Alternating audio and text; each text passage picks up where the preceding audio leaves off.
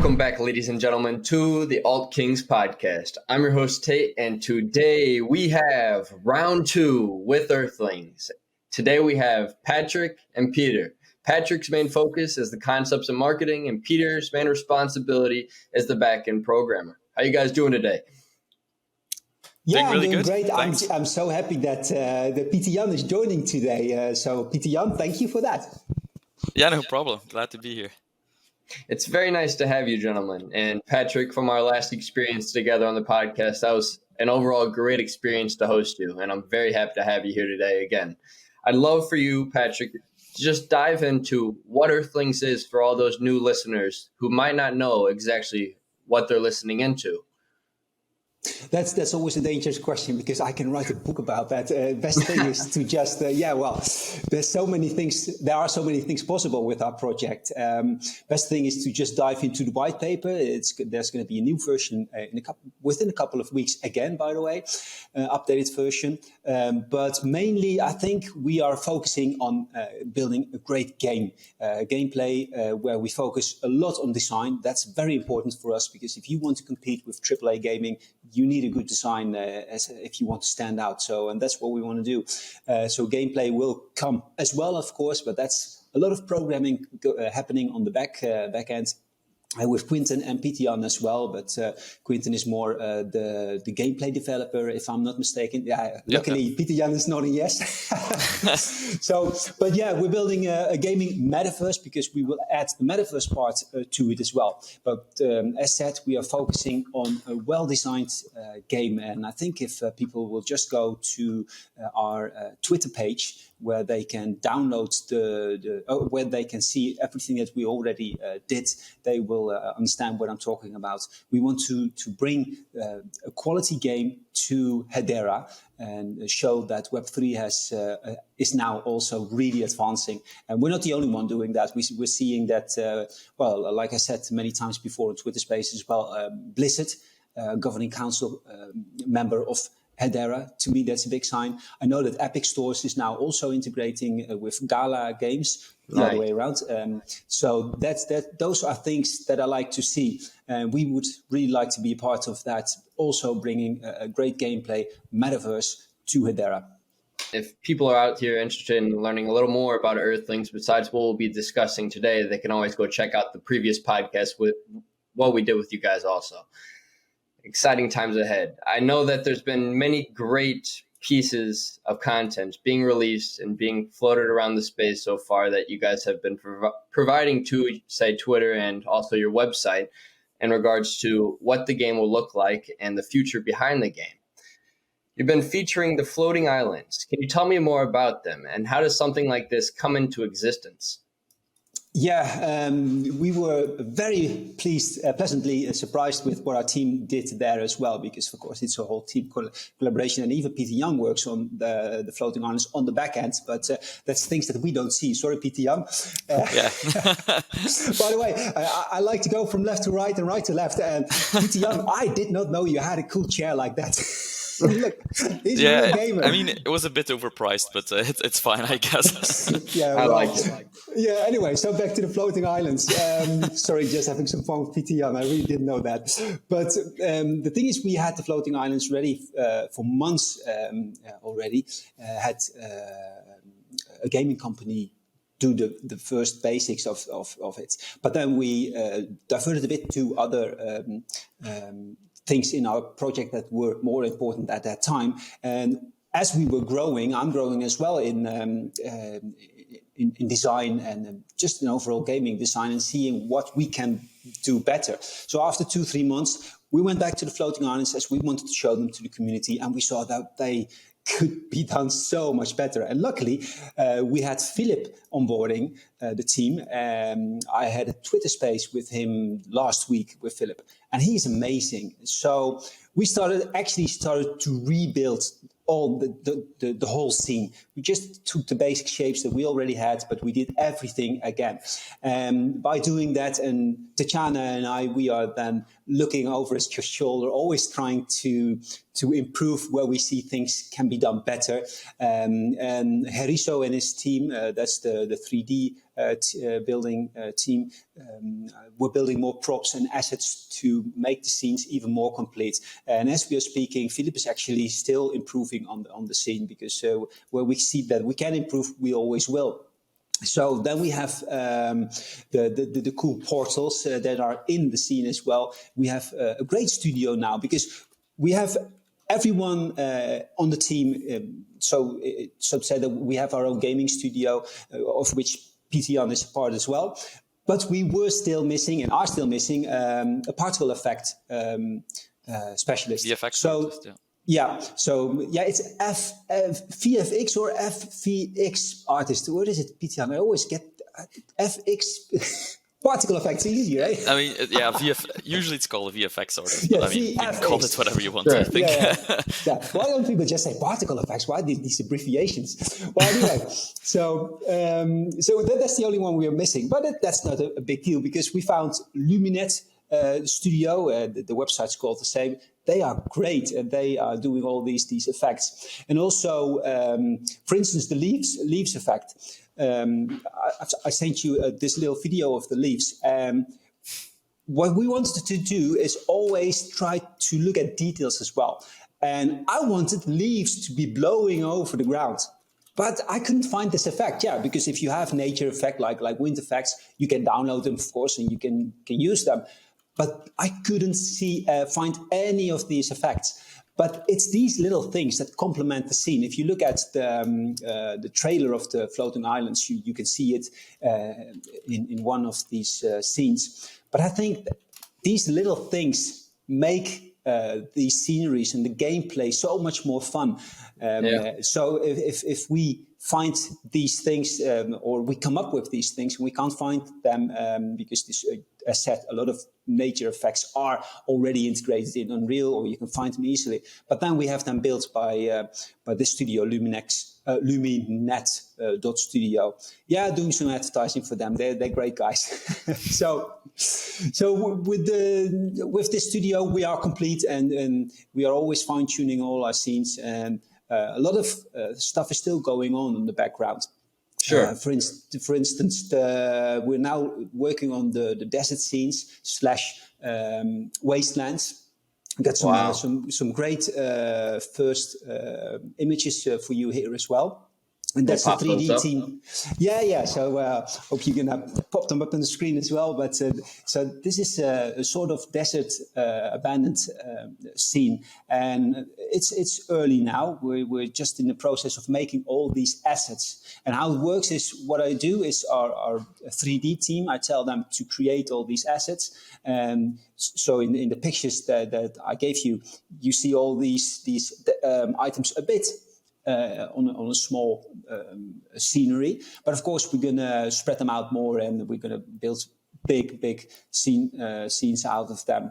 But this is if you can use your imagination a bit and see these images in the same quality as the trailers we already shown, then I think you can imagine that these scenes will look amazing as well, with a lot of gameplay, and I'm eager to show them in color soon enough. It's going to be quite exciting to see them in color, as I know that one of the main focuses for the whole entire project behind Earthlings is the littlest and the finest details, because those fine details can make or break a building in a sense, or make or break a scene, or make or break just the whole entire atmosphere that you're evolving yourself and involving yourself around within the space. And like you said, like the leaves, just maybe coming through the streets, or within the desert, if you have like sand or brushstrokes or anything, it's just the finest details can really make or break just the whole entire experience. And I think that's great that you truly value just the very fine details within the game, and it shows within the work itself. I mean, we've seen like the sewer trailers and stuff like that. Those alone have had a lot of quality detail that it's quite astonishing.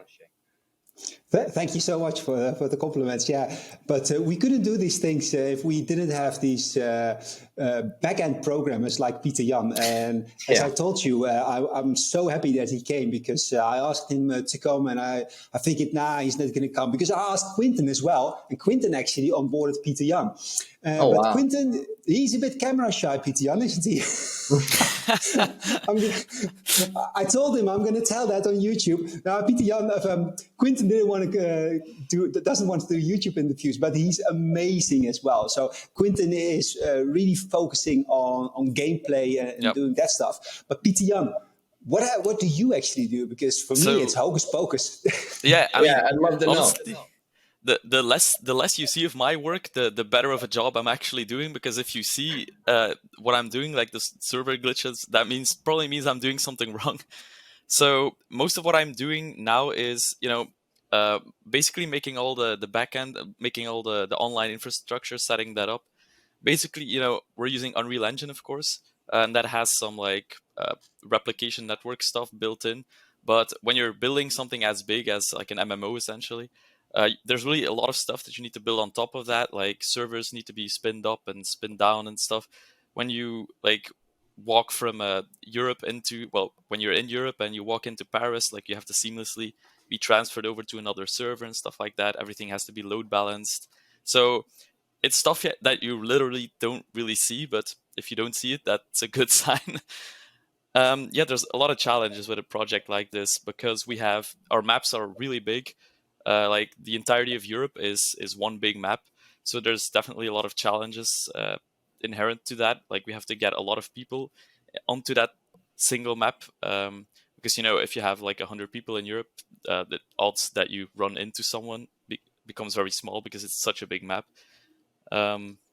So you really focus on the way that people interact with the game. So going from country to country, just like the internal user face of the game, I guess you could say. Yeah, exactly. How it works under the hood, let's say. Yeah. Sure. Nice. Yeah, that's a great way to put it. So what are the biggest challenges for a project of this stature that you face on a day-to-day basis? Definitely the map sizes, as I Sure. said, it's really difficult to get that many people onto a single map. And definitely when there's a lot of work we have to do on the engine side as well, because by default Unreal isn't really built for that. Let's say those large scale. That scale, sure. Yeah. So there's a lot of stuff we have to do on that side. A lot of stuff we have to do on the whole infrastructure, the actual backend, the load balancing of servers and stuff like that.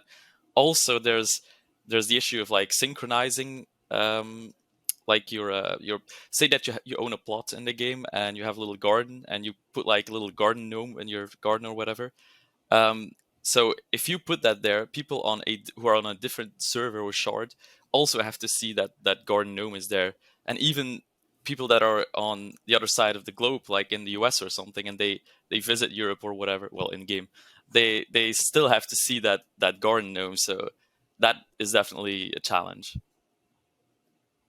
How are you overcoming this challenge by chance? This is something that we're still working on, but okay. Yeah, this is pretty much still work in progress, but we're making good progress on that. So nice. We'll have more info to share on that in the future, I think. Yeah, the funny thing is with these things, sometimes I come up with things and I'm like, that's super simple. Like what he's now just explaining. Why is that so difficult? But then they explain to me why it is so difficult, and then it makes more sense. Yeah, that definitely makes sense. And it's something that, I feel as if developing and, it's in a sense kind of a whole entire new language that you have to learn. And so for somebody who's not necessarily familiar with any of it, it's kind of like foreign language to them until they start to understand it and realize what they're actually involving themselves in and engaging with. Peter, I've also heard that you're working on a mini game. I'm assuming it's not as complicated as Earthlings' main project, but what are some challenges you might face there, and how has that process been? So that's only been that's not been in development for very long, but sure. Definitely, in terms of gameplay, it's relatively simple. What type of mini game is it by chance? It's kind of like a Pac-Man game. It's based on Pac-Man, but it's really cool. It uses like the Earthlings, some of the Earthlings monsters and stuff in the Oh, designs. nice. Oh, we don't have monsters. Well, yeah, Wolves. wolves, like animals, Batman whatever. slash Maze Runner. Yeah. yeah, that's a good way to put it. But yeah, the challenge is definitely the security, because we are you can earn like real money essentially by playing this. So definitely taking extra measures to make sure that it's not hackable and stuff like that. So I won't go too much into detail, because like obfuscation is like part of the whole security thing. But we are like the whole way that we're programming this is definitely that is like the number one thing that we think about. Okay, how can this possibly be hacked, and how can we make sure that it's literally impossible to do this or that. So yeah, that's definitely the main concern there. But I think the way we're building it currently it's going to be pretty robust, hopefully. Makes sense. Yeah, you'd never want a potential game to be compromised by a third party. And so I'm curious now, are you going through potential third parties to make sure that the security is ensured within each game that you guys develop out? Or how do you ensure the most security within each game that is being developed? So definitely, we're not really at that stage yet, but for this game, especially the mini game, we are planning on really like months of testing beforehand, before even like linking the crypto stuff into it. So that's really important that we try to catch everything right there and then. Then there's probably going to be like a period of like limited open public beta testing. So first there's an internal testing phase, then there's a more public testing phase, and we're going to roll that out on like phase by phase basis. Yeah. Okay. Nice. There are other projects who do these things as well, of course. So it is possible, but for us, these things are priority. We can't have people losing funds or cheating. Both are very serious, because we don't want people cheating out on millions of tokens. And especially because tokens are involved. It's even more important than it's a big priority. So, but at least when we have the game live and it's not attached to any real currency yet, Steam or any token for that matter, we can test the hell out of it, even make a hackathon, whatever. But at least the community has something to already enjoy and start practicing before they can maybe even maybe get some Steam earnings there. Yeah, but I think it's important that we get the game launch first, and then it's the joy, of course, that's the most important. So, and the rest will come later, soon enough. Nice. That's really awesome to hear. I'm curious now, for the whole entire, the economy of Earthlings, is it only going to be ran off of Steam token, or will you be utilizing other tokens as well? That's a bit of a surprise, but actually I got a lot of paperwork yesterday that I was waiting for from Headstarter. Headstarter is our partner for minting the tokens, and they're an awesome company to do this with. So I'm hoping to finalize this week. Yes, then we will hand out some more info. Yet we already said on a Twitter space 2 weeks ago that yes, there will be a second token. And this also has to do not only with security, because I've got some nice ideas. I didn't talk to you about that yet, PTN, so I'm not going to dive into that now.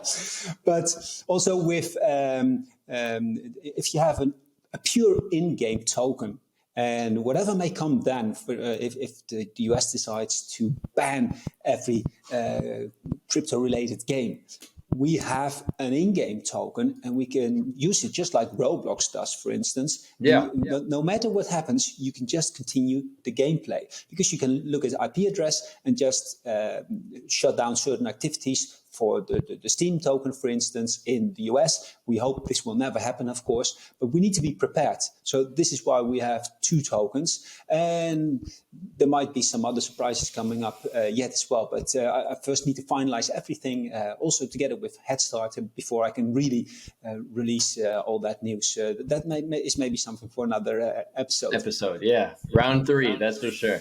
But one other thing, I just kind of want to follow up on that. So I'm assuming one token will have a USDT pair at least, and then the other one won't have any sort of pair at all. It'll just be kind of like an in-house currency that has no real world value. Well, one will have so we're going to dive a bit into it anyway then. So one will be Steam, as everyone is expecting it to be, that you can launch on a DEX, for instance. And the other will be, and I'm not going to say the name yet, it's very tempting, will be another token. There's going to be an in-game token. So like the arcade token. Yeah. Yeah, for instance. So that has a fixed price to it, and I already know the price, but I'm not going to say anything about that yet. So it will always have a fixed price. But with this token, you can buy NFTs in the game, and NFTs. Let's assume that they won't be illegal. I don't think they will ever be. But what people could do then is buy NFTs and then trade them on the open market for HBAR, for instance, and do whatever they want with that. So Steam will not be able, with Steam, you will be able to buy this in-game token, but with the in-game token, you will not be able to buy Steam. So just to make sure that it's always, it can never be seen as a security token. It will always be a utility in-game token, everywhere, anywhere.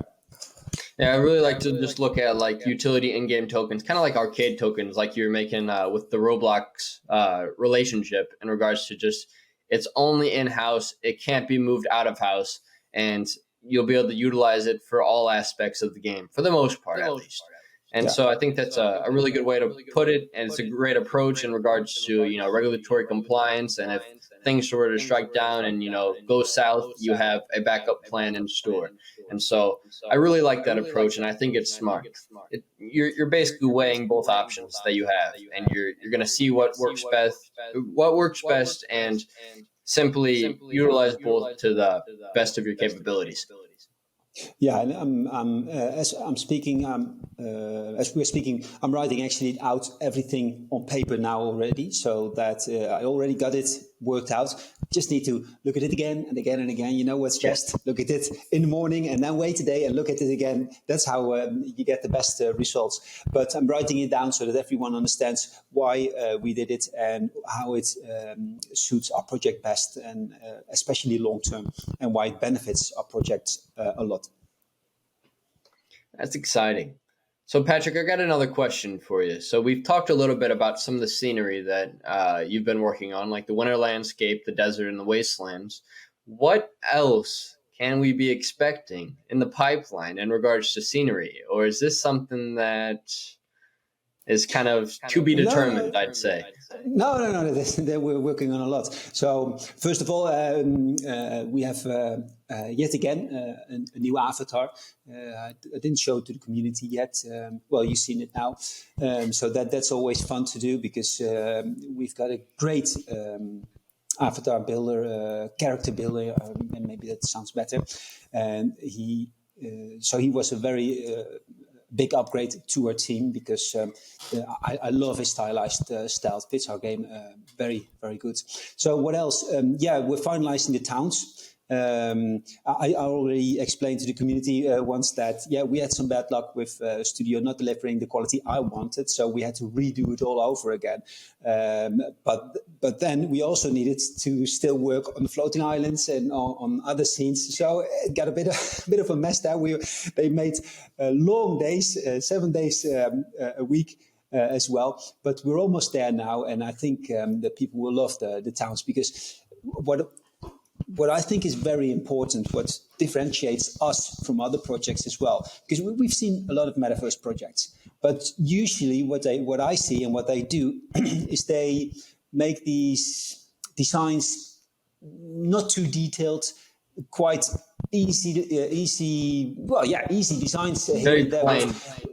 Plain, that's the nice word. But we're building a game. And so I think people need to expect as well that they will own something that really looks like you're in the game, and this is your own little fantasy world. So they need to look very good, and this is very difficult because we took a long time to get the style for the city, and I'm still improving on that in more detail. But the towns are again a bit of a different style, of course, because countryside or a city that's another thing. But also here, I think we need to excel. And I'd rather be a bit late than to show something that's disappointing. So I will only bring them out when I'm happy of it. And I don't think anyone will then say, ooh, they're a bit late. No, they will say, wow, that's amazing again. And that's the response we want. And that's what we want to deliver. So the towns are on top of the list now, finalizing them. What else? Yeah, we're working on a winter scene. That's something that I am very eager to show as well, because we have the whole of Europe. You've got Northern Europe, you've got Southern Europe. So I need some new assets made as well, olive trees and stuff like that for Italy and southern Spain. So yeah, there's a lot of work. So Peter Jan has a lot of work on his plate. I know that, and Quinten as well. But we have such a big map. So our 3D team, they are continuously making new assets for me. So there's a lot of stuff coming out. But it's good because then every now and then I can show something and people can see where the money is going that we raised. It's going to the project and to building this amazing game. Yeah, and it's definitely within the proof of work. You see what you're investing into, and it's nice to see, and it's definitely reassuring. I'm curious now. I've noticed that you have a new pen that just released. Are we expecting any more pens down the pipeline? Actually, we can always expect something, but we don't. I don't have anything on Marcel's desk laying for a new pin, so I don't want to dilute pins too much yet. Maybe in the future, but we saw good reason to throw this pin out now. But there's no new pins on Marcel's desk, so I don't expect anything soon, or maybe never. I don't know. What is this pen again, by chance?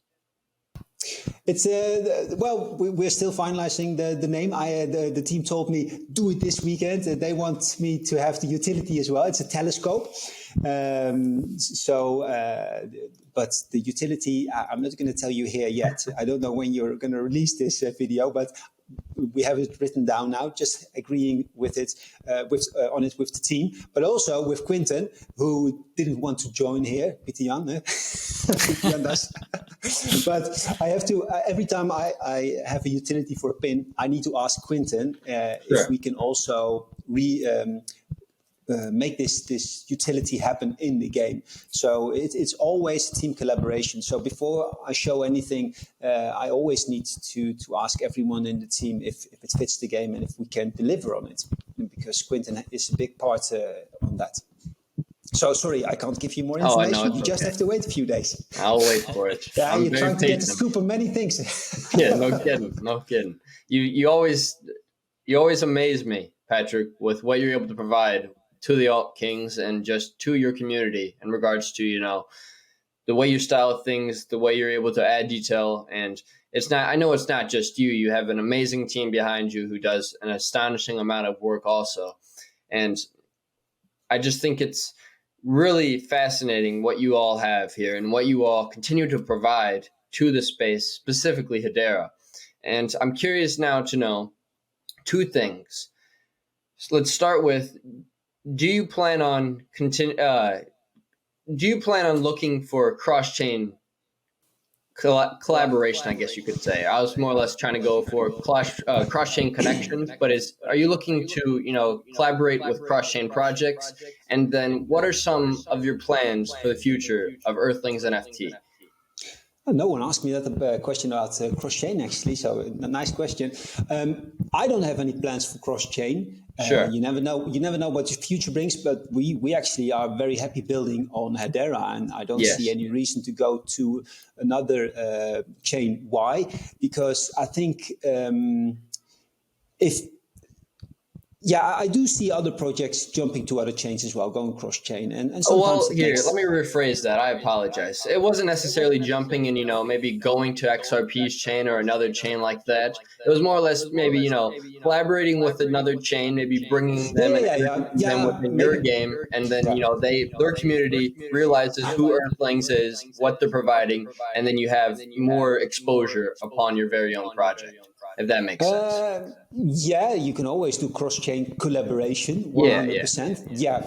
But still, even if I got the question wrong, that was a good question because so I would like to answer that as well because I think if you build a great product, the product should sell itself, and if you are solely dependent on another chain for success because you get more people in, then. Is your product that good then? So maybe sometimes marketing-wise, you could do cross-chain. But I think if we build a great project, and I'll just leave that responsibility with Peter Jan. So Peter Jan, it's on you. I think if you build a great project, then it shouldn't matter on what chain you build. But of course, Hedera has all the features that we need. I mean, the low transaction costs, it's just amazing. And with all the transactions that we need to do, it's for us a very important thing. But also, it's so easy to build on Hedera. Well, not for me. Peter Jan can probably relate more to that if he would do a deep dive in that. But Jorgo, he's already integrating so many things. And I saw him, he showed me some stuff yesterday what he was doing on the back end, trying to implement some stuff on our website. And I was amazed how far he was again. And he didn't even need any help from other builders in the community. So apparently, or it says something about Jorgo. Jorgo is a very good programmer as well. But let's say it says something about Jorgo and something about Hedera.